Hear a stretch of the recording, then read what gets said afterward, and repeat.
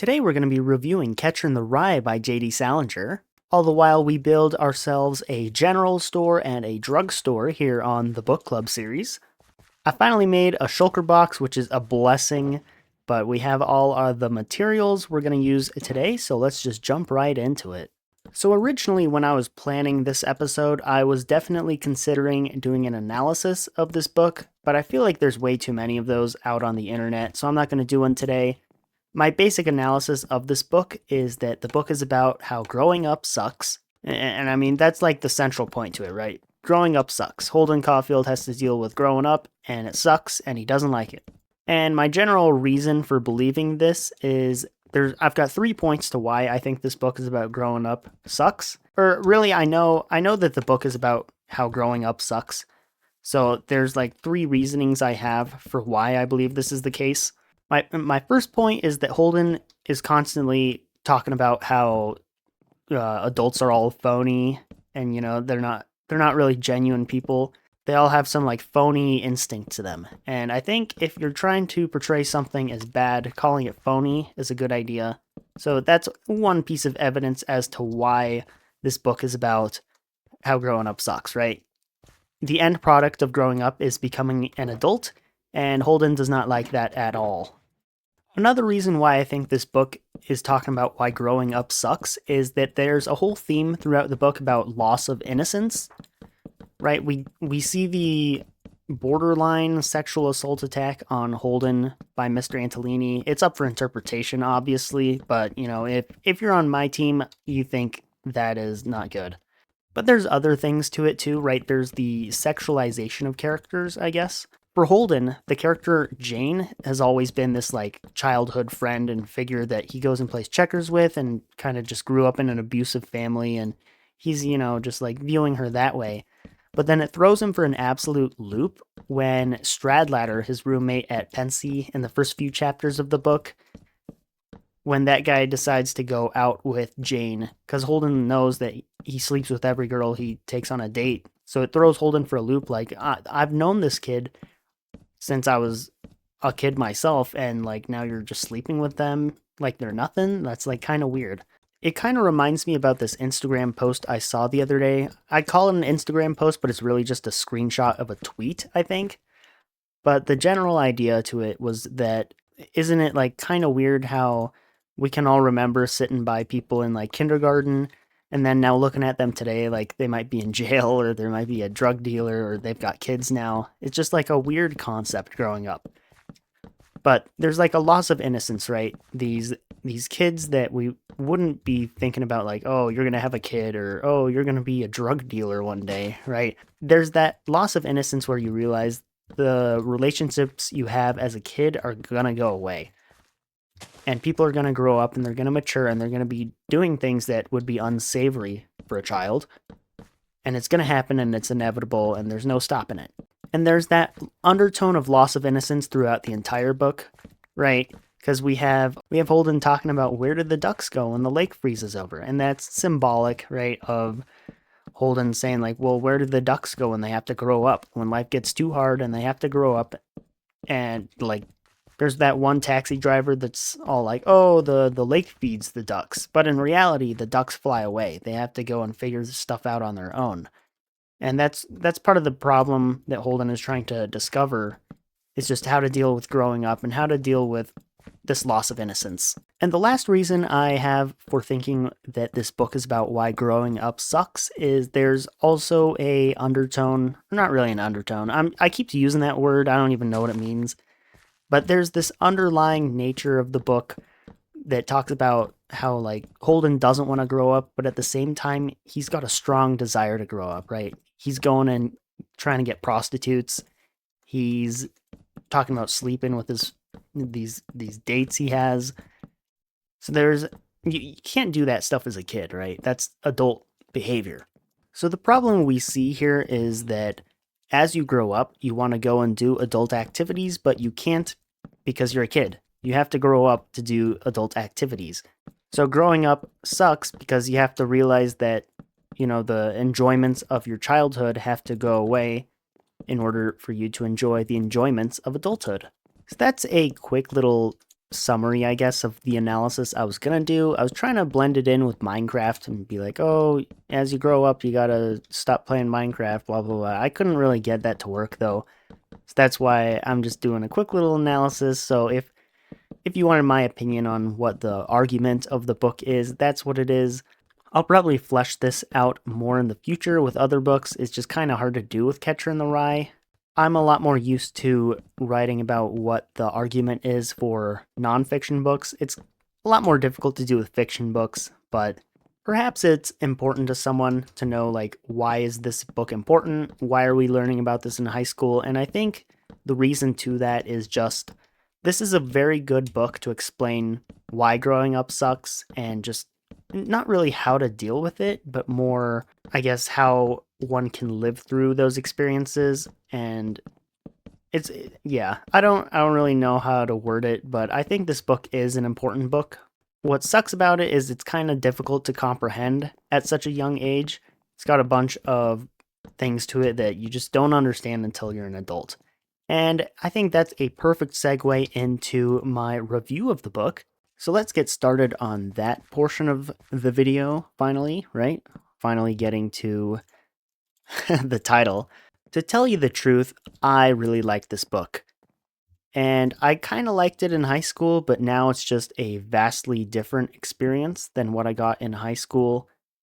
And I think that's the first big thing I want to talk about, I guess, is that this book is amazing after high school.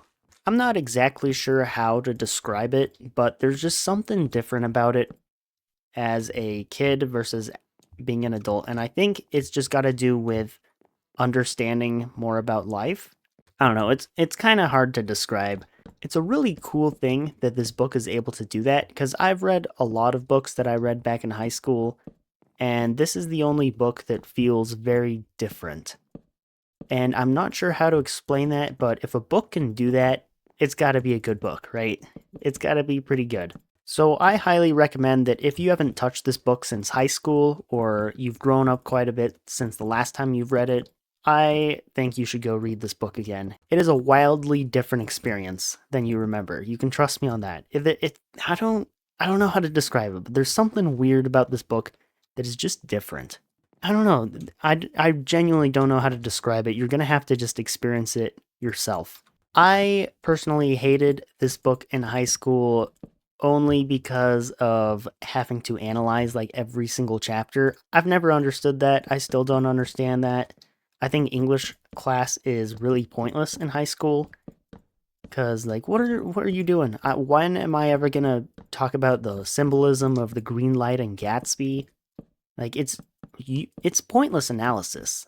I gain nothing from it. I think English is a pyramid scheme run by English majors to get more English majors.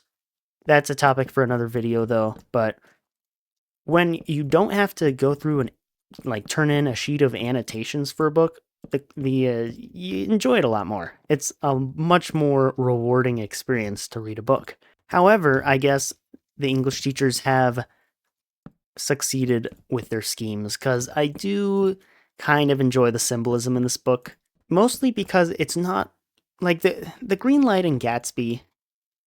I know it's a different book I'm talking about right now, but I've never understood why that's symbolic of anything. It's just a green light. I don't get it. The symbolism in this book, however, makes sense.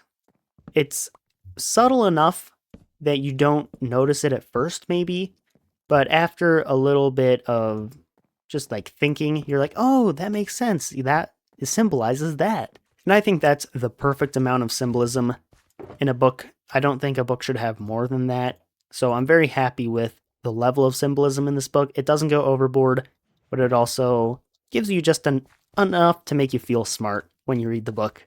I've read Gatsby like 2 or 3 times, and every time I read the book, none of it makes any symbolic sense to me. But this one I read and I'm like, okay, I see what's going on here, and it makes me happy.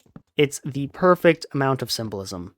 In addition to the Goldilocks symbolism, not too much, not too little, just right, there is another thing that this book does amazingly, and that is Holden Caulfield. I don't think there's any other character in any piece of literature at all that feels as real as Holden Caulfield. I think there's something magical about the writing style in this book. Oh no. Somehow, Holden Caulfield feels like a real character. I don't know how else to describe that other than the way I just did, but Holden Caulfield feels real. You look at other pieces of literature and media, and it's like, okay, this person believes this, they believe that, blah, blah, blah. They have this character trait. Holden Caulfield is straight up just a real person, and it's weird to me. It's sort of uncanny.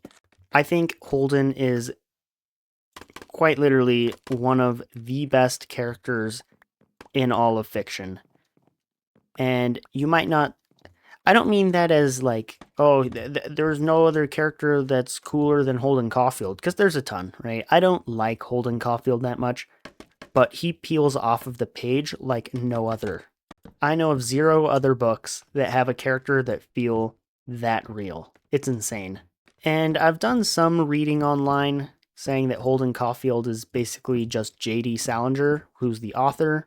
It's just him as a kid. I don't really care. I mean, every author is able to take real people from their life and put them in a book.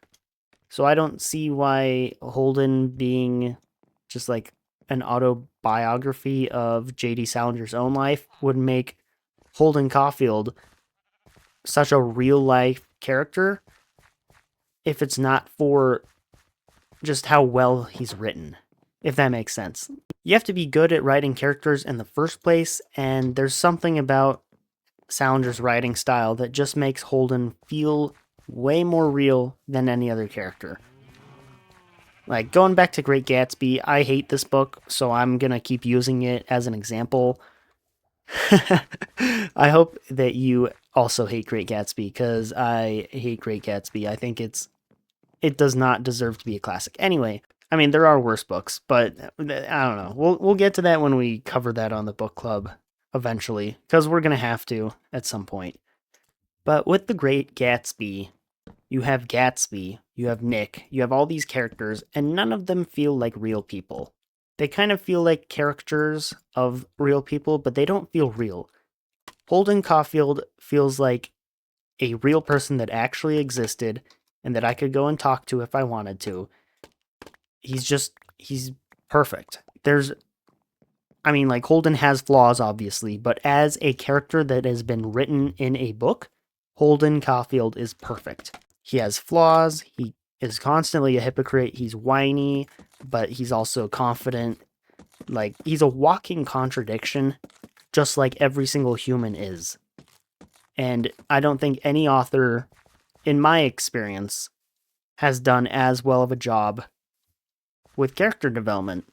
And that might be because of my next and final point, which is the writing style of Catcher in the Rye. I think it is the most beautiful writing in the world.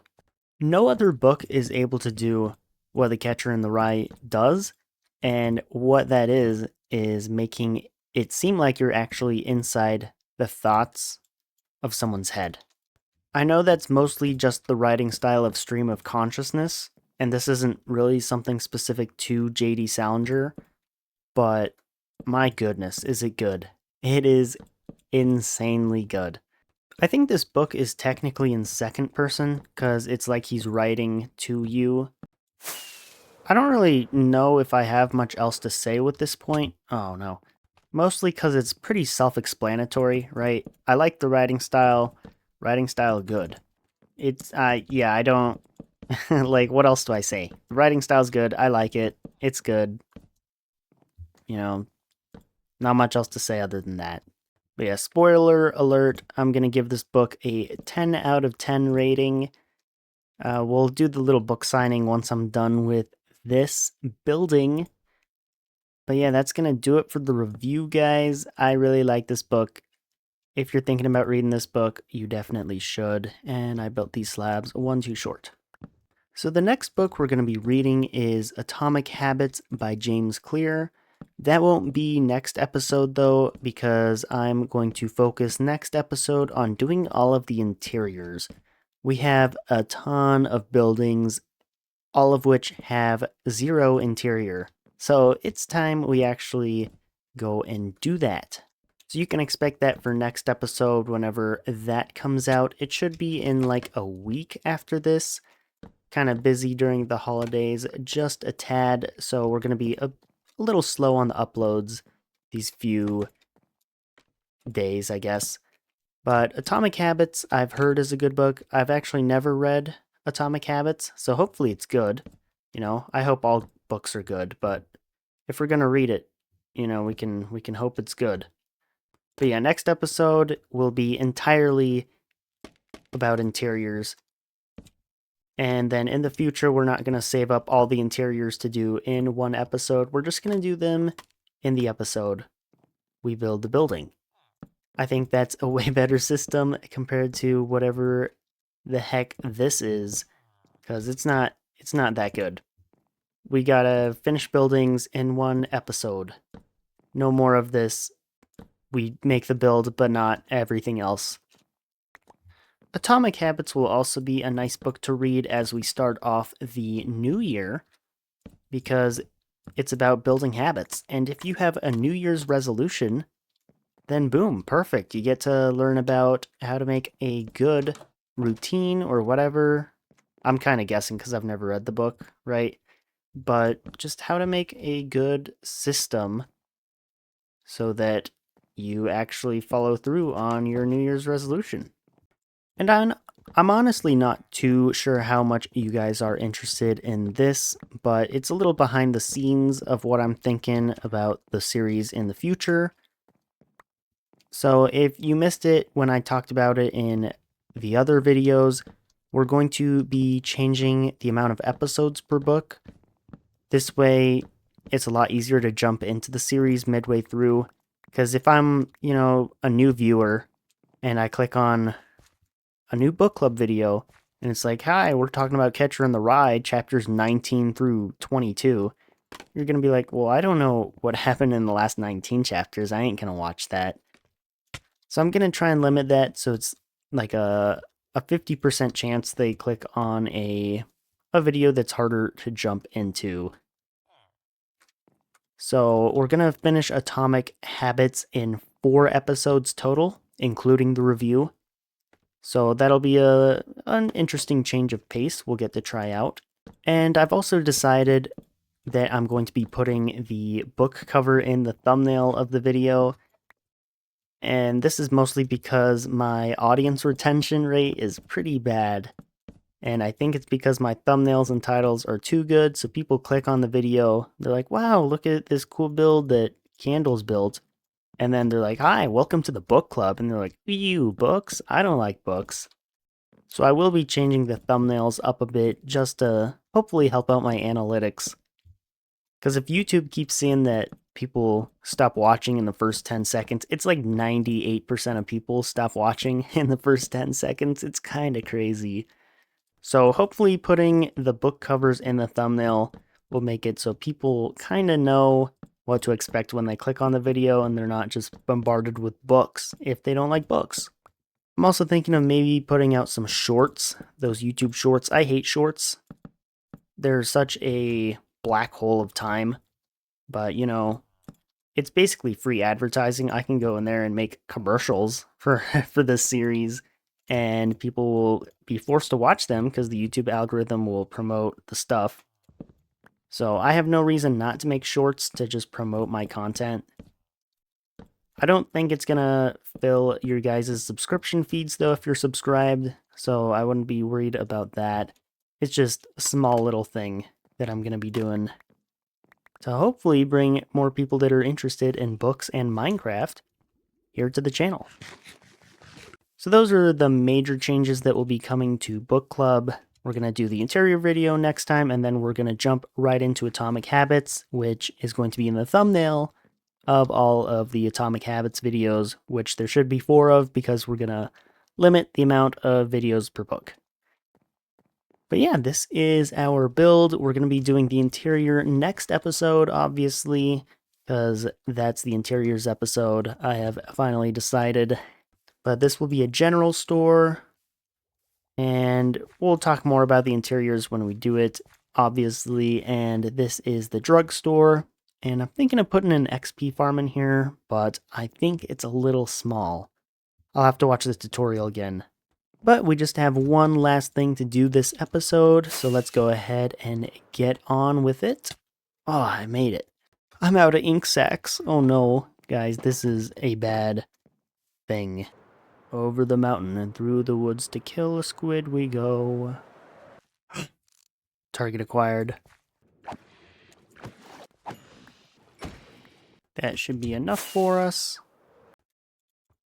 So just like always, we have our books here. The Ruthless Elimination of Hurry, we gave an 8 out of 10. 1984, we gave a 8 out of 10. And now we are going to write The Catcher in the Rye by J.D. Salinger. Episodes 19 to 27, which is today's episode. And like I said, we're going to be rating this a 10 out of 10. The only flaw I have with this book is the pacing, but I mean, the book spans like 2 days, so it's kind of acceptable that it's going to be a little slow. So we have The Catcher in the Rye.